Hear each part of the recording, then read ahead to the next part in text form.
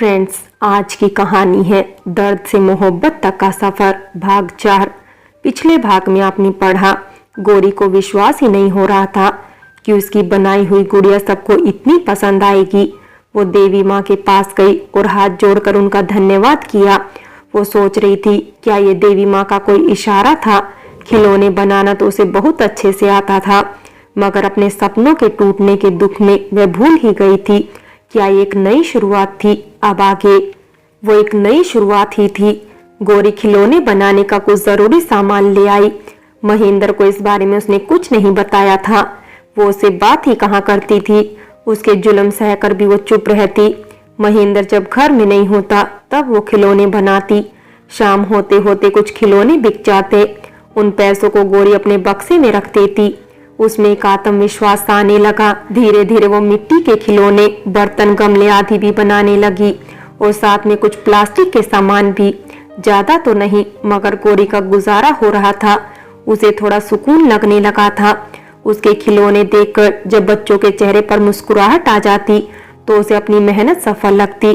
सुकून के ये दिन ज्यादा नहीं चले। एक दिन महेंद्र से किसी ने कह दिया कि उसकी बीवी घर पर ही दुकान लगाती है।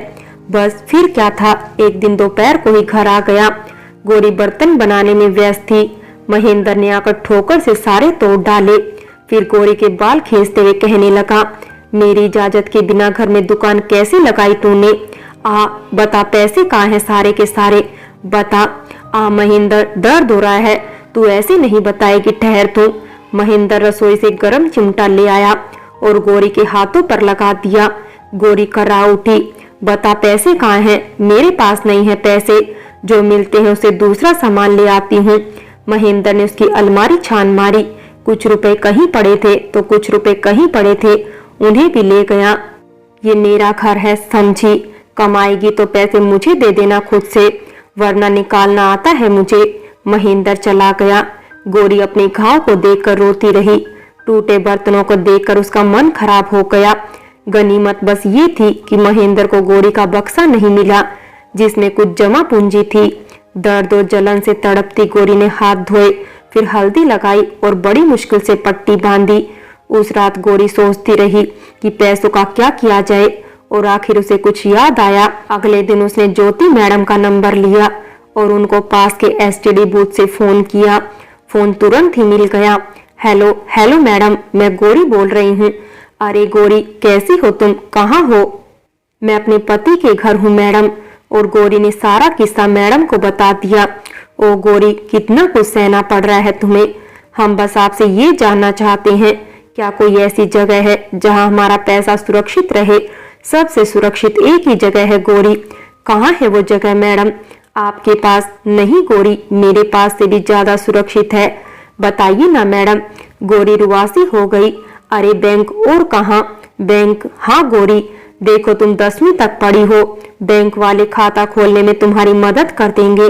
तुम अपनी जमा पूंजी अपने खाते में डाल देना और एटीएम कार्ड भी मिलता है, जब जरूरत हो कार्ड से पैसे निकाल लेना। वाह मैडम जी, क्या रास्ता सुझाया है आपने, बहुत बहुत धन्यवाद आपका।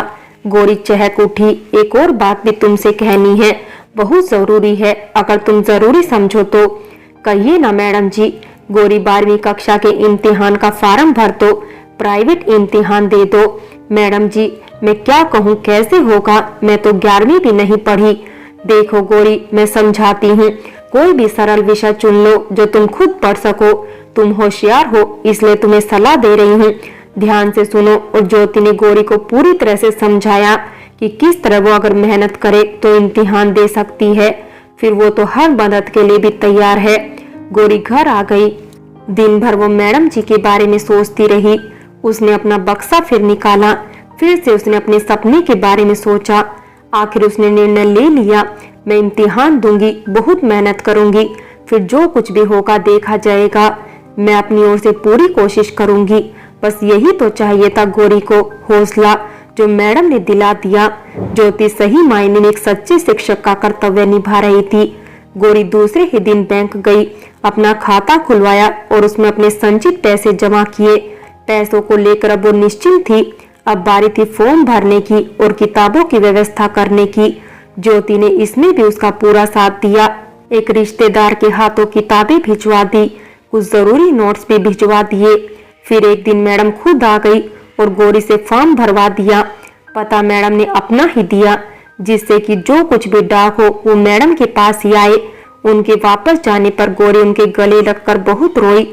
मैडम, देवी माँ ने पहले छोटी बच्ची को और आपको भेजा है मेरी मदद करने के लिए। मैं ये एहसान आपका कभी नहीं भूल पाऊंगी। गौरी, एहसान कैसा? एक शिक्षक होने के नाते मैं बस अपना फर्ज निभा रही हूँ, वो भी इसलिए क्योंकि तुम में जज्बा है, तुमने अभी तक हार नहीं मानी है, और सबसे बड़ी बात कि मुझे तुम पर यकीन है कि तुम जरूर कर लोगी। मेरी हिम्मत तो आपने लौटाई है मैडम जी, वरना मैं तो बस। और उसका गला रुंधाया कहते कहते वो कुछ भी नहीं बोल पाई। ज्योति ने उसे गले लगा लिया।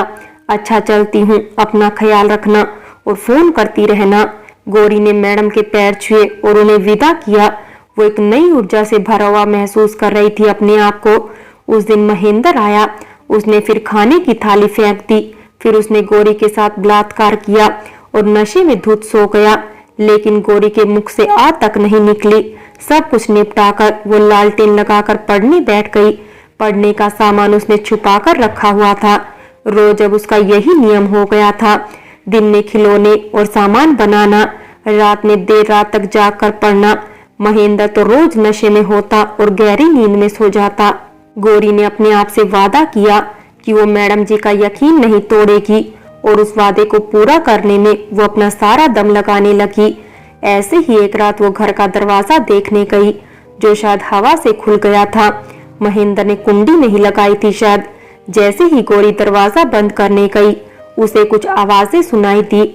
उसने इधर उधर देखा। अंधेरा होने से उसे कुछ साफ नजर तो नहीं आया, लेकिन वो बात सुन सकती थी।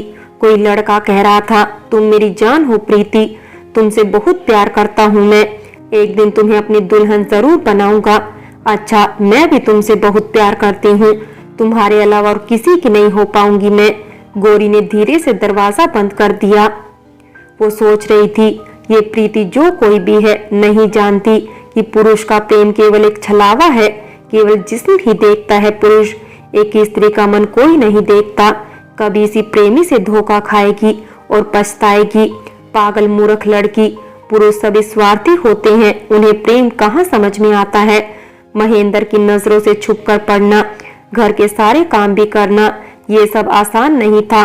ऊपर से महेंद्र जब जब गौरी को मारता तो असहनीय दर्द से वे कांप उठती। कभी पीठ में दर्द होता तो कभी हाथ में। कभी कभी महेंद्र उसे खाना भी नहीं खाने देता था, बचा हुआ खाना फेंक देता। वो भूखी रह जाती। इन सब के बावजूद गौरी पढ़ रही थी। अपने माता पिता से तो उसने ब्याह के बाद कभी बात ही नहीं की थी। उसकी मैडम जी ही उसका एकमात्र सहारा थी। वो हमेशा उसका हौसला बढ़ाती रहती। ज्योति ने गौरी को हिदायत दी कि वो अपनी सेहत का खास ख्याल रखे, वरना अगर बीमार पड़ गई तो इम्तिहान नहीं दे पाएगी और उसकी सारी मेहनत बेकार चली जाएगी। गौरी ने भी मैडम जी की बात मानकर थोड़ा बहुत जैसा भी होता अपने भोजन पर ध्यान देना शुरू किया। आखिर इम्तिहान के दिन आ गए। मैडम जी उसका प्रवेश पत्र ले आई। अब समस्या ये थी कि इम्तिहान दिए तो दिए कैसे जाए, क्योंकि फॉर्म ज्योति ने भरा था। इम्तिहान का सेंटर भी वही आया, मतलब गौरी के माता पिता वाले कस्बे में। तो गौरी और ज्योति ने मिलकर एक योजना बनाई। उस रात जब महेंद्र नशे में घर लौटा, मैं कुछ दिनों के लिए मायके जाना चाहती हूँ, गौरी ने धीरे से कहा। पूरे 1 साल बाद आज मायके की याद कहाँ से आ गई तुम्हें? उसने लड़खड़ाते हुए पूछा। वो बस ऐसे ही, चली जाओ, कुछ दिन मुझे भी शांति होगी। जब घर आओ तब मनुष्यत फैली दिखती है। गौरी ने मन ही मन देवी माँ को धन्यवाद किया।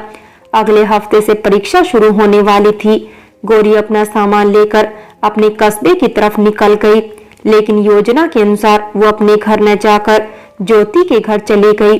दरअसल ज्योति ने ही उसे कहा था कि वो उसके यहाँ रहकर शांति से पढ़ सकेगी और अच्छे से इम्तिहान भी दे सकेगी। इम्तिहान वाले दिन गौरी ने देवी माँ और मैडम जी का आशीर्वाद लिया। दुपट्टे से अपने मुंह को ढककर वह इम्तिहान देने गई। वो डर तो रही थी कहीं कोई उसे पहचान न ले, मगर उसे देवी माँ पर भरोसा था और इसी भरोसे के बल पर उसने सारे इम्तिहान दे दिए। उसने हिंदी साहित्य, गृह विज्ञान और भूगोल विषय लिए थे। इम्तिहान खत्म होने पर वो एक दिन अपने माता पिता से मिलने गई। उसकी हालत देखकर मोहन को कोई फर्क नहीं पड़ा। अब लड़की जैसी किस्मत लेकर आएगी वैसा ही तो भुगतेगी ना। अपने आदमी को खुश रखना तो औरत ही जान सकती है। अब ये भी कोई सिखाने की बात थोड़ी ही है। मैं तो कहता हूँ एक बच्चा हो जाने दो, शायद महेंद्र का दिल खुश हो जाए। अपने पिता के मुंह से ऐसी बातें सुनकर गौरी के दिल को बहुत दुख पहुंचा। माँ तो चुप ही रही जिंदगी भर। उसे क्या कहती, यही सलाह दी कि औरत को अपना घर खुद ही संभालना पड़ता है। गौरी आहत थी, उसकी किसी को नहीं पड़ी थी सिवाय मैडम जी के। चुपचाप सुनती रही और फिर खिलौने और प्लास्टिक का सामान बनाने की कुछ चीजें ली और वापस लौट आई। गौरी खिलौने बनाने में व्यस्त रहती और बच्चों को खुश देखकर खुश हो जाती। लेकिन इसी बीच उसका भी गर्भ ठहर गया। 2 महीने ऊपर बीतने पर गौरी को पता चला। जब पानी की बाल्टी उठाकर लाते हुए वो बेहोश हो गई और पास पड़ोस की औरतों ने उसे सहारा दिया। गौरी उस दिन बहुत रोई। ऐसा नहीं था उसे बच्चे पसंद नहीं थे, मगर वो महेंद्र की होने वाली औलाद थी। कई दिन गौरी दुखी रही, लेकिन विधाता ने औरत को घड़ा ही कुछ ऐसा है। गर्भ में बीज पड़ते ही उसका मातृत्व जाग उठता है और वो आने वाली संतान का बेसब्री से इंतजार करने लगती है। यही गौरी के साथ भी हो रहा था। जब भी वो कोई गुड़िया बनाती तो उसे लगता कि उसके गर्भ में कोई प्यारी सी गुड़िया होगी, तो कभी कोई गुड्डा बनाती तो उसे लगता कोई राजकुमार आने वाला होगा। हाँ, अपना भाग्य देखते हुए अपनी आने वाली संतान का भाग्य सोचकर विचलित जरूर हो जाती। अगर लड़की हुई तो उसे भी वही सब सहना पड़ेगा जो वह सहन कर रही है। इसी चिंता में दिन बीतते जा रहे थे। गौरी के चौथा महीना था। महेंद्र ने उसके साथ जबरदस्ती करना बंद कर दिया था। गौरी से थोड़ा निश्चिंत थी, मगर वो नहीं जानती थी कि ये बहुत बड़े तूफान से पहले की शांति थी। 12वीं का परिणाम आ गया। गौरी ने अपनी मेहनत के बल पर फिर से जिले में 3य स्थान प्राप्त किया और राज्य में 9वां। उसने मैडम जी से बात की। ज्योति बहुत खुश थी, गौरी भी बहुत खुश थी।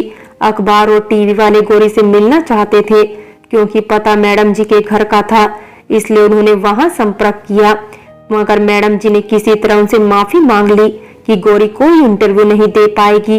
पर ये इतनी बड़ी बात थी तो छुपी कैसे रहती सबसे। अखबार में पूरा लेख आया था उसके बारे में, जिन्होंने टॉप किया था, और उसमें गौरी का नाम भी था। उस दिन गौरी सुबह सुबह देवी माँ की पूजा कर रही थी और उस दिन उसने थोड़ा हलवा भी बनाया था। तभी महेंद्र बौखलाता हुआ आ गया। उसने गौरी के बालों को कस के पकड़ा और एक जोर से थप्पड़ जड़ दिया।